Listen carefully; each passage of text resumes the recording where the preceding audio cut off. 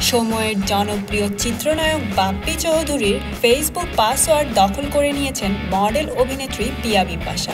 অনেকদিন ধরেই পিয়া Bipasha বাপ্পির Facebook ID hack করছেন।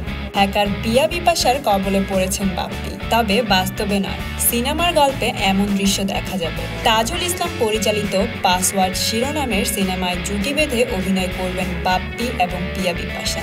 গত ঈদ উল আজহার আগে এই সিনেমায় চুক্তিবদ্ধ হয়েছেন তারা। আগামী বছরের শুরুতে এই সিনেমার শুটিংয়ে অংশ নেবেন পিয়া বিপাশা। এর মধ্যে একটি আইটেম গানও থাকবে।